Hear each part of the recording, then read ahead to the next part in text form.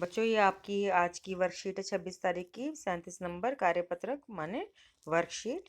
प्राणियों में पोषण हम पढ़ते आ रहे हैं, रिवीजन वर्क है बेटा। तो मानव में पाचन हमने पढ़ा था। तो निम्नलिखित प्रत्येक प्रश्न में सही विकल्प का चयन करें। प्रश्न 1 है, आहार नाल और संबंधित ग्रंथियां मिलकर, तो बेटा इसका उत्तर है सी वाला, पाचन तंत्र का निर्माण करते हैं। आहार नाल बेटा क्या होती है? मुंह से आप खाना खाते हो, वो आपके आमाशय जिसको आप पेट कहते हो उसमें जाता है, फिर वहां से आंतों में जाता है, पहले छोटी आंत में फिर बड़ी आंत में, और फिर लैट्रिन बन के बाहर निकल जाता है। तो जहाँ से लैट्रिन बन के बाहर निकलता है उसको गुदा द्वार कहते हैं, और जहाँ से हम खाना खाते हैं उसको मुंह कहते हैं।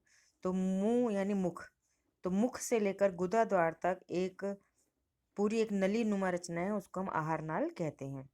और उसके साथ तरह तरह की ग्रंथियां जुड़ी हुई हैं जो कि तरह तरह के रस निकालती हैं और भोजन को पचाने में सहायता करती हैं। आप बुक में बेटा पाठ पढ़िएगा, उसमें और अच्छा समझ में आएगा आपको।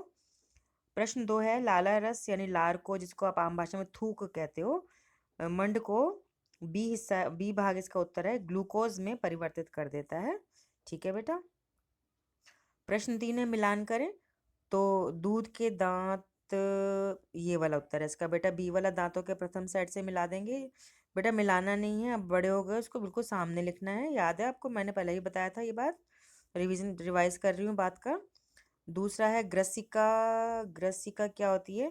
बेटा जो मुंह को आमाशय से यानी पेट से जोड़ती है उस नली को ग्रसिका कहते हैं। तो ये उत्तर है इसका।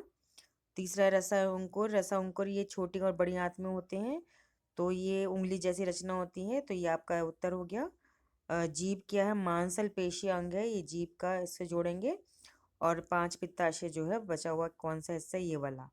तो ये आपका 5 नंबर का उत्तर हो गया। ठीक है बेटा, तो इस प्रकार से आप सही उत्तर सामने लिखेंगे।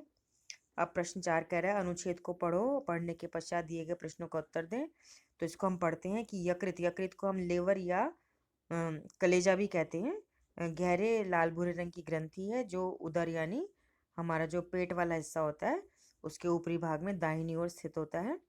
यह शरीर की सबसे बड़ी ग्रंथि है। यह पित्त स्रावित करती है, जो एक थैली में संग्रहित, संग्रहित माने इकट्ठा होता है, उस थैली को हम पित्ताशय कहते हैं। पितरस जो है वसा, वसा माने घी तेल मक्खन, याद है ना बेटा?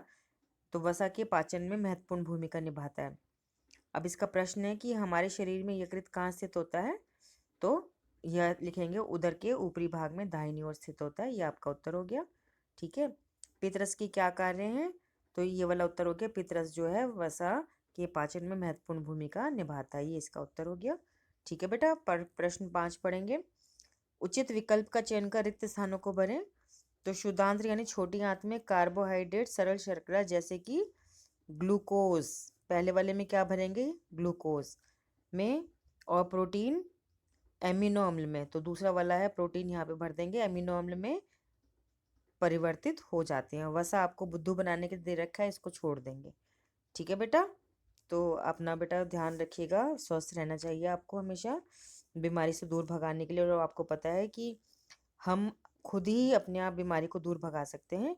जैसे आजकल जो कोरोना वायरस द्वारा बीमारी फैली गई है, तो उससे बचने के लिए कि हम बीमार ना हो, हमेशा घर से बाहर निकलते समय मास्क लगाएं, 2 गज दूरी का पालन करें यानी सोशल डिस्टेंसिंग का पालन करें, और जब भी घर वापस आएँ सबसे पहले हाथों को अच्छे से साबुन और पानी से धोएं, क्योंकि ये कोरोना वायरस जो है सबसे ज़्यादा हाथों के द्वारा फैल रहा है।